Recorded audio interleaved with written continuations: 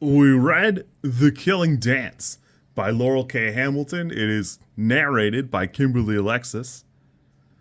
Though she's dating a werewolf and a vampire, Anita is keeping them at arm's length, which isn't easy considering Jean-Claude is the master vampire of St. Louis, Richard Seaman is the sexiest junior high school teacher she's ever seen. Just to complicate Anita's already messy life, someone has put a price on her head. Love cannot save her this time, so she turns to Edward, hitman extraordinaire, for help. But finding the person behind it won't be easy, because she's made a lot of enemies, human and otherwise.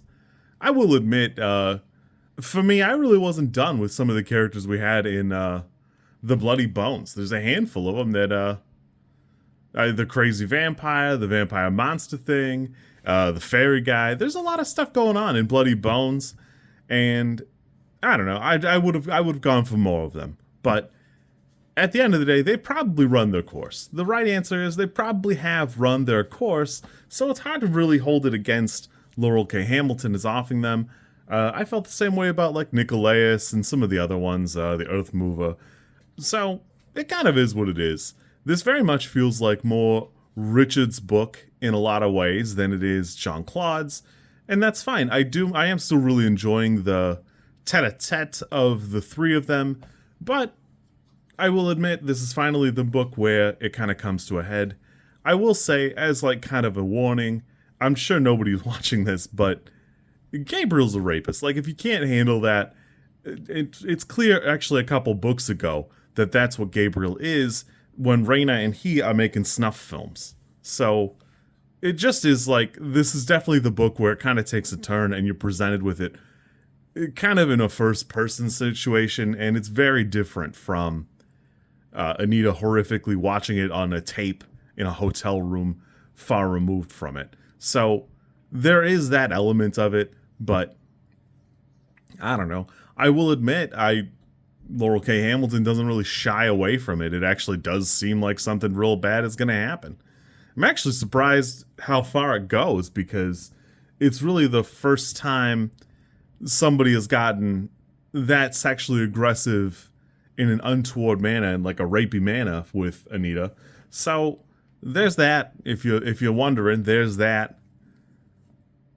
I don't know. I still really enjoyed this book. It's still 4.13 on Goodreads, if you care about that kind of thing.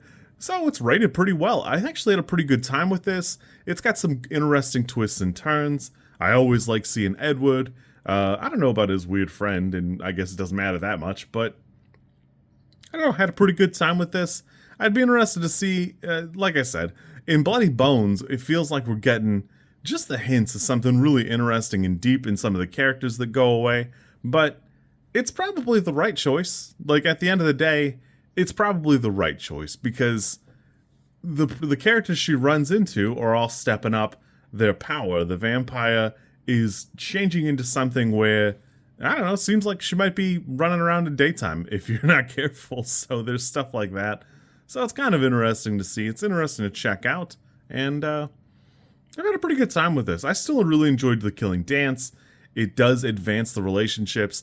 And one thing you can say, whether you like these books or not, or if they're for you, Laurell K. Hamilton never shirks away from advancing the relationship and advancing what's going on in Anita's life, where it'd be easy for her to just be in this, like, will they, won't they trio for a long time.